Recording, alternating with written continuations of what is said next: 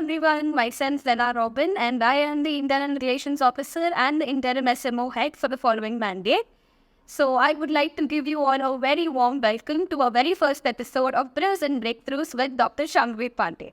Dr. Shambhavi Pandey is a Doctor of Pharmacy graduate and is also a certified mental health coach and happens to be the founder and secretary of our NGO, V Foundation.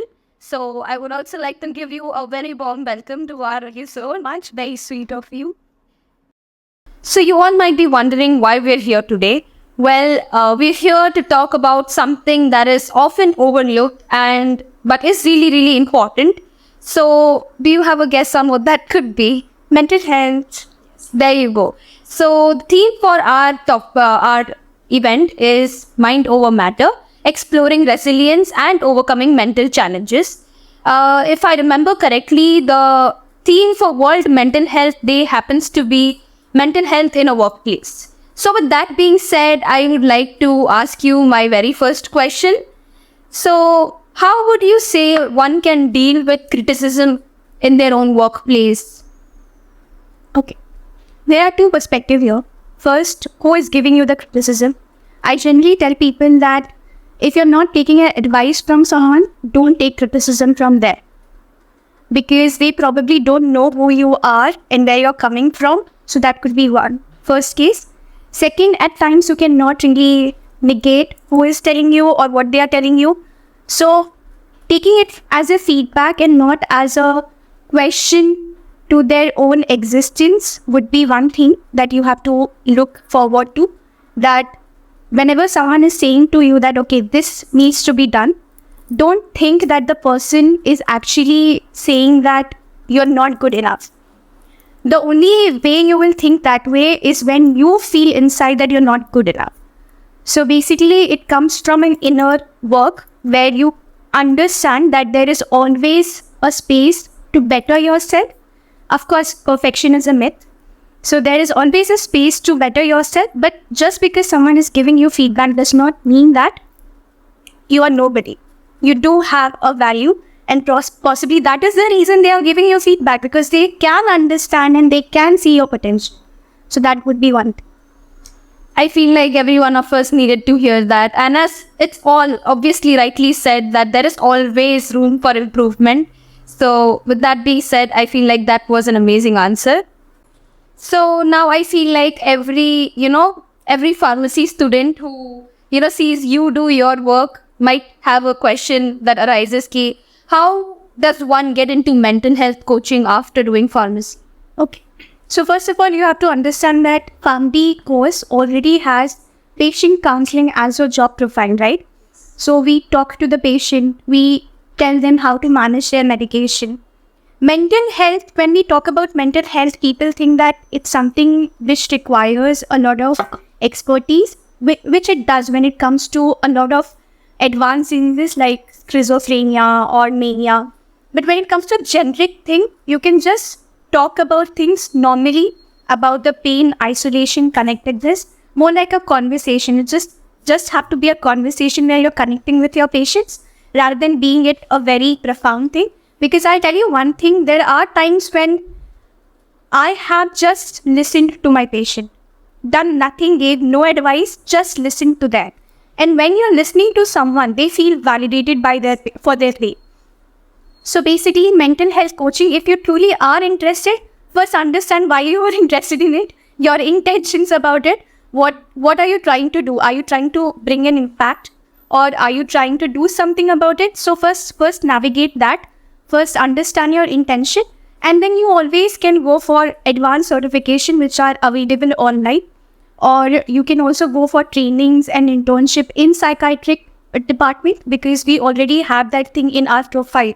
So basically, when you're doing your internship in 6th year, so you will have psychiatric department, gynae department, and all of those departments. So you can go ahead and have be an intern there, and then understand how things work. So as she rightly said, lending a ear is, I feel personally, is often the most overlooked and underrated, definitely, the aspect of mental health. Yes. So moving on to, diving in deeper with mental health or mental challenges or facing mental challenges, I would like to ask you my very next question. Living life can obviously often be very, very, very exhausting, considering day-to-day life is thoda sa hectic and, so how would you suggest, one deal with the exhaustion or... Yes. So this might sound like an Instagram quote, but I'm just going to go ahead and answer this. A lot of people have this tendency that they often overlook the playtime, right? People generally do certain things which they think that they need to do and not what they want to do. So basically, go have fun, do some have some playtime, go ahead and connect with your friends, do something that lights you up. Once you start doing that, even momentarily in your life, just dancing for 5 minutes in front of the mirror. I do that at times. I don't dance in front of people, but yeah, at times I do that in front of mirror. So yes, doing that, talking to a pet, I do that. So that, or spending time in nature. But you don't have to go and do something extravagant. Just something very small, something that that, okay, you can do. Enjoy it. Listening to music, that could be one of them. So yes, do something that lights you up and do it more often. And I think that's how you will balance your life, work and life. So basically, having fun is the key to, living your life. So fun, let me tell you this, that definition of fun is very important. Yes, definitely. First, define what is fun for you, because a lot of people think that, I should go and spend time in a club. So possibly you're not a club person, possibly you are more nature person. So first redefine fun for you and not go ahead and be like, yeah, sab ye kar rahe, to main bhi yahi kar raha hu. Not that. Just to, blend in with the crowd. Yeah, so don't blend. Blend, but when it's necessary, yes. But not always. You should have that definition. You should have your individuality that, okay, this is fun to me. And at times, go ahead and do that. So I think that is the key. So now moving on, I would like to ask you another question regarding facing mental health. So how would you suggest, now there are a lot of people who are facing, day-to-day challenges or mental health struggles or whatever it is. How do you suggest that I help my loved ones or someone help their loved ones who are going through? Yes. One main key which people forget is that helping someone does not always have to be loud, right? People think that when we are helping someone, then we have to be always there. I use the word lingering around, right? So it's more like that you're lingering around, but you're not in someone's face that, oh, you need to change this. Not that. Just be there whenever they are looking for you. Give them the support. When they are asking you some space, give that space. And more importantly, you have to always understand this. Deal with your helplessness. Let's say that someone is actually struggling with something. And this is something I think as a coach, I would say that was a very difficult task for me, because when my patients cry, so my, instinct is that, okay, you should not be crying, don't cry. But that is not how it's supposed to be, right? So you have to let them cry. So while they are crying, I have to deal with the feeling of helplessness, right? So understanding that it's not about you, rather it's about them. So in those moments, whatever you are feeling, unless you can manage that, you might not be able to manage the other person. So if you really want to help someone, help yourself first. Try and learn how to manage your emotions. Try and learn to deal with your helplessness first. And why are you needing and wanting that person to be perfect, right? And when you do that, you're going to eventually help other people. Thanks.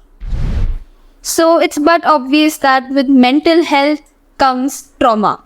And with trauma comes traumatic experiences, and further on, which leads to, other mental health related challenges. So how would you suggest that, what are some common responses that you can see when, one is facing traumatic experiences? I think one which you guys already might be learning in your 5th year or 4th year books would be apathy, disinterested in regular life, no socialization, disconnection. I'll give you a more generic ways. So people might at times even seem very happy from outside.